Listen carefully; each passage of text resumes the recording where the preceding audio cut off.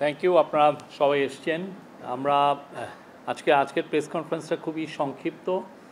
আমরা দুটো বিষয়ে এটার উপরে আলোকপাত করব। তার আগে আমরা জানতে পেরেছি যে পোপ ফ্রান্সিস মারা গিয়েছেন।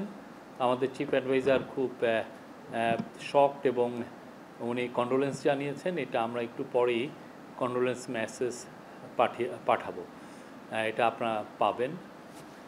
আর আজকের প্রেস কনফারেন্সের অন্যতম বিষয় হচ্ছে যে মাননীয় চিফ অ্যাডভাইজার কাতারে যাচ্ছেন। এটা মূলত ওইখানে কাতারে আর্থানা সম্মেলনে ওইখানে উনি জয়েন করবেন। এছাড়া অন্যান্য বায়োলেটারাল কিছু প্রোগ্রাম আছে। আর একটু পরে আমি আমার কলিগ আজাদ মজুমদার উনি জানাবেন যে আজকে আপনারা জানেন যে শ্রম অধিকার নিয়ে আমাদের একটা কমিশন করা হয়েছিল বাংলাদেশের শ্রম আইন, শ্রম অধিকার এগুলো বিষয়ে। তো ওদের যে মূল কমিটি ওনারা আজকে তাদের ফাইনাল রিপোর্ট, ফুল রিপোর্টটা জমা দিয়েছেন। ওনারা 4টার সময় একটা প্রেস কনফারেন্স করবেন। তো আজকে আমাদের চিফ অ্যাডভাইজার সাথে যেহেতু তারা আজকে কল অন করলেন, সেটার উপরে আমাদের ডিপিএস আজাদ মজুমদার উনি একটু বলবেন। তো আমি কাতার সম্পর্কে বলি। আজকে আমরা 7টার সময় ফ্লাই করব কাতারে এবং দোহাতে আমরা নেমে আজকে আর এটা যেহেতু রাত হয়ে যাবে তেমন কোনো ইয়ে নেই। আমাদের বিজি ডে যাবে 22 এবং 23 তারিখে। 22-23 তারিখে আমাদের অন্যতম স্যারের মূল যে প্রোগ্রাম সেটা হচ্ছে আর্থানা সম্মেলন। আপনি জানেন এটার মূল আয়োজক কাতারের রয়্যাল ফ্যামিলি। এটার মানে শাইখা হিন্দ এটা মূল এটার আয়োজক। উনি আমিরের বোন এবং আমিরের মা যিনি শাইখা মৌজা খুবই ইনফ্লুয়েন্সিয়াল, আরব ওয়ার্ল্ডে উনি খুব ইনফ্লুয়েন্সিয়াল একজন নেত্রী ছিলেন। এবং ওনার কাতারের আমিরের মানে আগের যিনি আমির ছিলেন তার ওয়াইফ, উনিও ওনার সাথেও স্যারের দেখা হবে। এবং কাতারের ডেপুটি প্রাইম মিনিস্টারের সাথে স্যারের কলন আছে।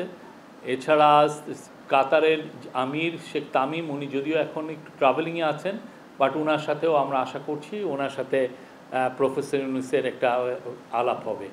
এছাড়া এই পুরো টিমে আমাদের এনার্জি অ্যাডভাইজার যাচ্ছেন। এনার্জি অ্যাডভাইজারের সাথে কাতারের সাথে যেহেতু আমাদের একটা লং টার্ম এনার্জি, বিশেষ করে এলএনজি ইম্পোর্টের একটা চুক্তি আছে, তো কাতারের সাথে আমাদের একটা লং টার্ম এই এনার্জির আলাপগুলো হবে। তাদের সাথে আমাদের ভিসা সংক্রান্ত কিছু আমরা আলাপ করব। আর অন্যান্য যেগুলো বিষয় কাতারের সাথে আমাদের কিভাবে ইকোনমিক কোঅপারেশন বাড়ানো যায়, সেক্ষেত্রে একটা বড় বাণিজ্য সম্মেলন হবে বিশেষ করে ইনভেস্টমেন্টের জন্য। কাতারের যারা লিডিং ইনভেস্টর তারা থাকবেন সেই সম্মেলনে, সেটা 23 তারিখে। এবং সেইখানে আমরা আশা করছি যে আমরা ভালো কিছু রেসপন্স পাবো। এছাড়া অন্যান্য যেগুলো মিটিং আছে সেগুলো আমি অত ডিটেলস বলছি না। কাতার চ্যারিটির সাথে, কাতার ফাউন্ডেশনের সাথে, এদের সাথে মিটিং আছে। এবং স্যারকে আল জাজিরা, আপনি জানেন ওয়ার্ল্ডের খুব নামকরা টিভি স্টেশন, তারা স্যারকে ইনভাইট করেছেন তাদের হেডকোয়ার্টারে যাওয়ার জন্য। সেখানে স্যারের তারা 1-to-1 একটা ইন্টারভিউ নেবেন। এবং এছাড়া ওনার আরও কিছু এঙ্গেজমেন্ট আছে, অনেক কিছু মিটিং আছে। আর একটা খুব ইম্পর্টেন্ট বিষয় হচ্ছে যে কাতারে প্রায় 2.5 ঘন্টা ব্যাপী একটি রোহিঙ্গা ক্রাইসিসের উপরে একটা বড় সম্মেলন আছে। এই সম্মেলনে আমাদের বাংলাদেশি আমাদের চিফ অ্যাডভাইজার এটা নেতৃত্ব দিবেন। বাট এখানে গ্লোবালি যারা এই রোহিঙ্গা ক্রাইসিসের সাথে অনেকেই তো সম্পৃক্ত, যারা এটা নিয়ে কনসার্ন, তাদের অনেকে থাকবেন। আমরা আশা করছি এটা খুব সাকসেসফুল একটা মিটিং হবে। এর মাধ্যমে আপনারা জানেন আমরা নিউ ইয়র্কে সেপ্টেম্বরে একটা ইউএন একটা হোস্ট করতে যাচ্ছে, খুব বড় একটা রোহিঙ্গাদের উপর একটা বড় সম্মেলন। সেটারই প্রাক প্রস্তুতি শুরু এই সম্মেলনটা। 2.5 ঘন্টার এই যে সম্মেলনটা, এটা খুবই ইম্পর্টেন্ট। আমরা আশা করছি যে রোহিঙ্গা বিষয়ে তো আমাদের কিছু প্রোগ্রেস হয়েছে। সামনে এই যে একের পর এক আমরা যে বড় বড় সম্মেলন করছি, তার মাধ্যমে রোহিঙ্গা ক্রাইসিসের বিষয়টা যেটা অলমোস্ট ফরগটেন হয়ে গেছিলো, সেটা আবার গ্লোবাল ম্যাপে, গ্লোবালের ডিসকাশনের যে ম্যাপ, সেখানে ফিরে আসবে এবং এটা নিয়ে আমরা দ্রুত কিছু সমাধান আমরা পাবো, এটা আমাদের আশা। এই 4 দিন উনি ফিরে আসবেন হচ্ছে আমাদের বাংলাদেশ সময় খুবই আর্লি সকালে, অর্থাৎ 2:30টার দিকে, 25 তারিখ রাত 2:30টার দিকে, মানে 24 তারিখ দিবাগত রাতের পরে যে সকালটা। Thank you. এই ছিল হলো কাতার সম্মেলন। ওনার সাথে চিফ আমাদের ফরেন অ্যাডভাইজার তৌহিদ হোসেন যাচ্ছেন, আমাদের national security adviser Khalilur Rahman যাচ্ছেন, আমাদের এনার্জি অ্যাডভাইজার ফৌজুল কবির খান যাচ্ছেন, এবং আমরা আশা করছি যে আমাদের ইন্ডাস্ট্রিজ অ্যাডভাইজার আদিলুর রহমান খান যাচ্ছেন। এছাড়া আমাদের executive chairman of BIDA Chowdhury Ashik Mahmud Bin Harun, উনি যাচ্ছেন, আমাদের এসডিজি কোঅর্ডিনেটর লামিয়া মুর্শেদ যাচ্ছেন, এবং আরও কিছু সিনিয়র সেক্রেটারি যাবে, আরও সিনিয়র সেক্রেটারি অফিসিয়ালরা যাবেন। Thank you.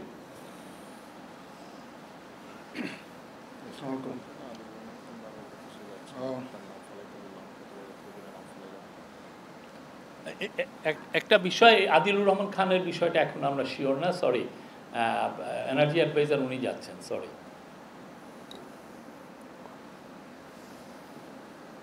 ধন্যবাদ। আপনারা এর মধ্যে শুনেছেন শ্রম বিষয়ক সংস্কার কমিশন ওনাদের রিপোর্ট আজকে প্রধান উপদেষ্টার কাছে জমা দিয়েছেন। মাননীয় প্রধান উপদেষ্টা ওনাদেরকে একটা কথাই বলেছেন যে যেই কয়টা সংস্কার কমিশন এখন পর্যন্ত তাদের প্রতিবেদন জমা দিয়েছে, এর মধ্যে এই কমিশনটার একটা বিশেষ দিক হচ্ছে এইটার ইন্টারন্যাশনাল একটা ইন্টারেস্ট।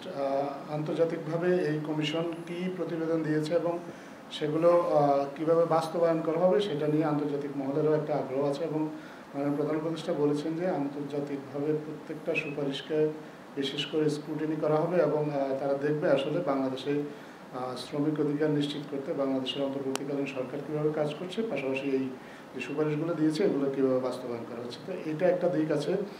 এবং প্রধান উপদেষ্টা ওনাদেরকে একটা পরামর্শ দিয়েছেন যে ওনারা শ্রম বিষয়ক কমিশন যাতে ওনাদের কমিশন প্রতিবেদনটা নিয়ে ঐক্যমত্য যে কমিশন গঠন করা হয়েছে সেই কমিশনের সাথে কথা বলেন এবং কমিশনকেও ওনাদের সুপারিশগুলো ব্যাখ্যা করেন, যাতে করে ঐক্যমত্য কমিশন যখন রাজনৈতিক দলগুলোর সাথে আলোচনা করবে সেখানে এই প্রসঙ্গগুলো রাখতে পারেন। কারণ এই শ্রম বিষয়ক যে কমিশন তার সুপারিশগুলো বাস্তবায়নে আমরা মনে করি যে রাজনৈতিক দলগুলোরও ভূমিকা থাকাটা জরুরি। এই কমিশন অনেকগুলো সুপারিশ দিয়েছে, আমরা একটু পরে আপনাদেরকে সুপারিশের একটা সারসংক্ষেপ দিয়ে দেবো এবং পুরো প্রতিবেদনটাই দিয়ে দেবো। আমি জাস্ট যেহেতু আমাদের সময় সংক্ষেপ এবং ওনারা আসলে বিকেলে আরেকটা প্রেস কনফারেন্স করবেন, খুব সংক্ষিপ্ত আকারে তাদের যে একটা সুপারিশের কথা বলছে। ওনারা মূল যে সুপারিশটার কথা বলেছেন যে সকল শ্রমিকের আইনি সুরক্ষা। ওনারা পর্যালোচনা করে দেখেছেন যে আমাদের দেশে 8 কোটি শ্রমজীবী মানুষ আছে, তাদের মধ্যে 85% মানুষ অর্থাৎ 7 কোটি শ্রমিকেরই কোনো আইনি সুরক্ষা নেই। ওনারা সরকারের কাছে সুপারিশ করেছেন এই শ্রমিকদের জন্য একটা আইনি সুরক্ষা যাতে নিশ্চিত করা হয়।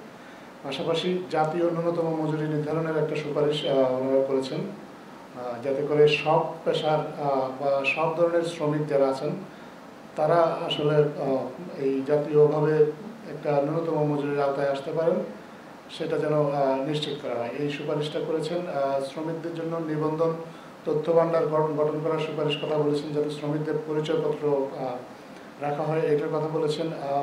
বিভিন্ন সময় শ্রমিক আন্দোলনে অনেক শ্রমিকের বিরুদ্ধে অনেক মামলা হয়েছে, এই মামলাগুলো আসলে প্রত্যাহার করার জন্য দ্রুত সরকারকে উদ্যোগ নেওয়ার জন্য ওনারা সুপারিশ করেছেন। শ্রমিকদের সংগঠন করার অধিকারটা যাতে আরও সহজ করা যায় এবং দর কষাকষির অধিকারটা যাতে নিশ্চিত করা যায় এই বিষয়ে ওনারা একটা সুপারিশ করেছেন। ট্রেড ইউনিয়ন করার যে শর্ত এটা যাতে শিথিল করা যায় এটা বলেছেন। কর্মক্ষেত্রে যৌন হয়রানি প্রতিরোধে 2009 সালে হাইকোর্টের একটা নির্দেশনা আছে, এই নির্দেশনার আলোকে সকল কলকারখানা সহ সকল কর্মক্ষেত্রে আসলে যৌন নিপীড়ন এবং সহিংসতা বিরোধী যাতে নীতিমালাটা প্রণয়ন করা হয় এবং এটা যাতে নিশ্চিত করা হয় সে বিষয়ে সরকারকে কাজ করার জন্য ওনারা সুপারিশ করেছেন। এবং আরেকটা সুপারিশ 6 মাস মাতৃত্বকালীন ছুটি, এই সুপারিশটা অন্যান্য কমিশন থেকেও এসেছে, ওনারাও এই সুপারিশটার পুনরাবৃত্তি করেছেন।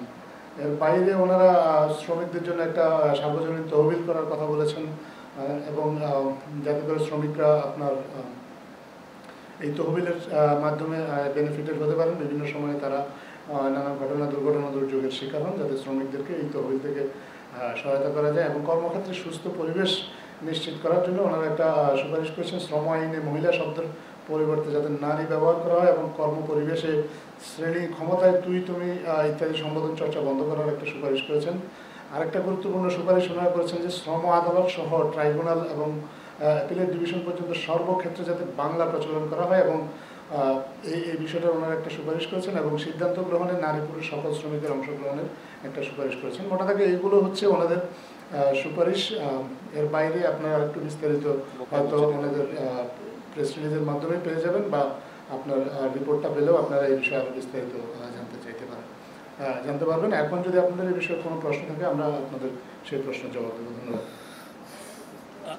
আর একটা বিষয় সেটা হচ্ছে যে আমাদের চিফ অ্যাডভাইজার 3 জন কাতারি মিনিস্টার তার সাথে কল অন করবেন এবং তার অনারে কাতারের যিনি ডেপুটি প্রাইম মিনিস্টার ওনাকে একটা লাঞ্চন থাকবে, তার ওনারকে একটা হোস্ট করছেন।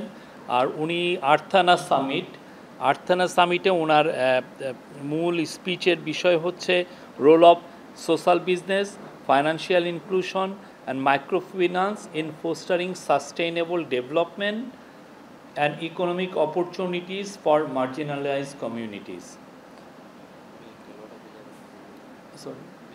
আর আরেকটা বিষয় আপনারা জানেন, এই প্রথমবারের মতো আমাদের একটা হেড অফ গভর্নমেন্টের সাথে 4 জন আমাদের নারী ফুটবলার এবং ক্রিকেটার যাচ্ছেন।